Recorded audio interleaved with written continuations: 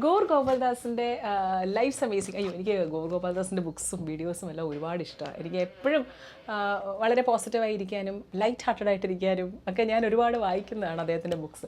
Okay, അപ്പോൾ അദ്ദേഹത്തിൻ്റെ ഈ ഒരു ബുക്കിൽ വേർച്വസ് വിഷൻ എന്ന് പറയുന്ന ഒരു സെഗ്മെൻ്റ് ഉണ്ട്. അപ്പോൾ ഇതിനകത്ത് ഇദ്ദേഹം 4 കാറ്റഗറി ആൾക്കാരെ പറ്റി പറയുന്നുണ്ട്.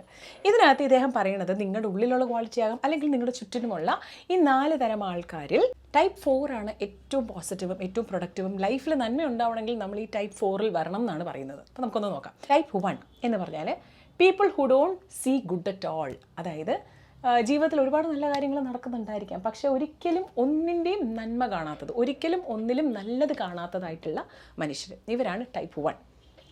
Type 2 people who see good and bad but choose to neglect the good. അതായത് ഇവർക്ക് നന്മയും തിന്മയും തിരിച്ചറിയാനുള്ള കഴിവൊക്കെ ഉണ്ട്, പക്ഷേ ഇവരെന്താ ചെയ്യുന്നത് വെച്ചാൽ ഈ നല്ല കാര്യം അങ്ങ് വിട്ടിട്ട് നല്ലതല്ലാത്ത, അതായത് ഒരാളിലുള്ള കുറവുകൾ മാത്രം ചൂണ്ടിക്കാട്ടുന്ന വ്യക്തികൾ നമ്മുടെ ചുറ്റിനും ഇതൊക്കെ തന്നെ ഉണ്ട്.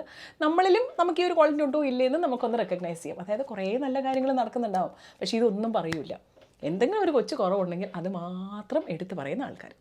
Number 3 people who are neutral to good and bad. അതായത് അവർക്ക് നന്മയും തിന്മയും തിരിച്ചറിയാനും വേണ്ട, നന്മയും തിന്മയും ഉണ്ടോയെന്നും അവരറിയില്ല, പക്ഷേ ഇവരിതൊന്നും ഇവരെ ബാധിക്കുന്നില്ല. വേറൊരു out of the box thinking എന്ന് പറയുന്ന ഒരു ആൾക്കാർ. Number 4 people who see good and bad but choose to neglect the bad and recognise the good. അതായത് ഇവർക്ക് നന്മയും തിന്മയും തിരിച്ചറിയാനുള്ള കഴിവുണ്ട്. അപ്പോൾ ഇവരെന്താ ചെയ്യുക, ഇവർ എന്തെങ്കിലും ഒരു കുറവുണ്ടെങ്കിൽ അത് നിഗ്ലെക്റ്റ് ചെയ്തിട്ട് ഒരാളുടെ നന്മ മാത്രം അവർ കൺസിഡർ ചെയ്യും.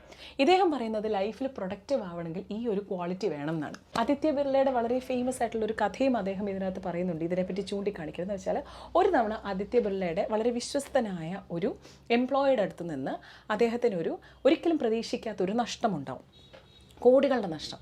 അപ്പം ഇദ്ദേഹത്തിൻ്റെ കൂടെയുള്ള, ഇദ്ദേഹത്തിൻ്റെ ഒപ്പമുള്ള ആൾക്കാരെല്ലാം പറയും, ഇയാൾ ഇനി ഒരു ദിവസം പോലും ഇവിടെ പിടിച്ചു നിൽക്കാൻ പറ്റത്തില്ല, ഇത്രയധികം നഷ്ടം വന്നതാണ്, താങ്കൾ ഇദ്ദേഹത്തിനെ പറഞ്ഞു വിടണം എന്ന് പറയും. അപ്പം ആദിത്യ ബിർള എന്താ ചെയ്യുന്നത് വെച്ചാൽ, അദ്ദേഹം ആ ഒരു ഡിസിഷൻ, പെട്ടെന്ന് അദ്ദേഹത്തിന് ഒരു റിയാക്ഷൻ മോഡിലേക്ക് വന്ന് അദ്ദേഹം ഒരു ഡിസിഷൻ എടുക്കുന്നതിന് മുമ്പ് അദ്ദേഹത്തിൻ്റെ ഒരു നോട്ട് പാഡിൽ അതായത് ഇദ്ദേഹം എന്നാണോ ഇദ്ദേഹത്തിൻ്റെ ഫേമിൽ ജോയിൻ ചെയ്ത്, ആദിത്യ ബിർളയുടെ ഫേമിൽ ജോയിൻ ചെയ്ത് അന്ന് മുതൽ അദ്ദേഹം ആ കമ്പനിക്ക് വേണ്ടി ചെയ്തിട്ടുള്ള എല്ലാ നല്ല കാര്യങ്ങളും അദ്ദേഹം ആദ്യം നോട്ട് ചെയ്യും. ഇദ്ദേഹത്തിനെ വിളിക്കുന്നതിന് മുമ്പ് കേട്ടോ, എല്ലാ നല്ല കാര്യങ്ങളും നോട്ട് ചെയ്ത് കഴിഞ്ഞിട്ട് ഇദ്ദേഹത്തിനെ വിളിപ്പിക്കും. അപ്പോൾ ഇദ്ദേഹത്തിനോട് ഡീൽ ചെയ്യുന്നതിന് മുമ്പ് ഇദ്ദേഹം ഈ ഒരു കാര്യങ്ങളെല്ലാം ഒന്ന് വായിച്ചു നോക്കും. അപ്പോൾ അദ്ദേഹത്തിൻ്റെ മനസ്സൊന്ന് ശാന്തമാവും. അദ്ദേഹം വിളിച്ചിട്ട് അദ്ദേഹത്തിനോട് പറയും, കുഴപ്പമില്ല, എനിക്കാണെങ്കിലും താങ്കളുടെ സ്ഥാനത്ത് ഇങ്ങനൊരു തെറ്റ് പറ്റാം എന്ന് പറഞ്ഞ് അദ്ദേഹം ഒരു ചാൻസും കൂടെ കൊടുത്തു എന്നാണ് പറയുന്നത്.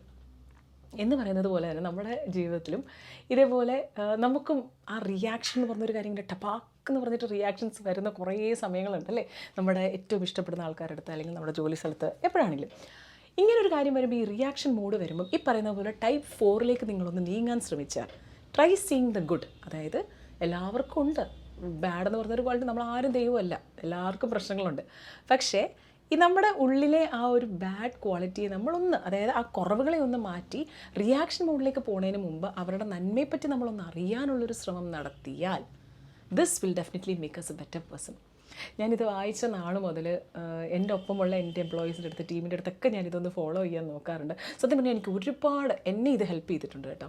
You also try it out. നമ്മുടെ ഫാമിലിയിൽ, ഫ്രണ്ട്സിൻ്റെ ഇടയ്ക്ക്, വർക്ക് പ്ലേസിലൊക്കെ നമ്മളെ ഒന്നും കൂടെ ഒന്ന് ബെറ്റർ ആക്കാനായിട്ട് ഈ ഒരു മോഡ് സഹായിക്കും. Just make A journal. ആർക്കെങ്കിലും നമുക്കൊരു ദേഷ്യമുണ്ട്, പകയുണ്ടെങ്കിൽ ഈ ഒരു കാര്യം അവർ നമുക്ക് വേണ്ടി ചെയ്തു തന്നിട്ടുള്ള നന്മ, അവർ നമുക്ക് വേണ്ടി ചെയ്തിട്ടുള്ള ഒരു ദിവസങ്ങളും നമുക്ക് അവരൊന്ന് ഉപകരിച്ചിട്ടുണ്ടെങ്കിൽ അതിനെപ്പറ്റി ഒന്ന് എഴുതി വെച്ചിട്ട് അവരോട് നമ്മളൊന്ന് റിയാക്ട് ചെയ്യാൻ പോയാൽ ആ റിയാക്ഷൻ്റെ ഒരു തോത് ഒന്ന് കുറഞ്ഞു കിട്ടും. Take care.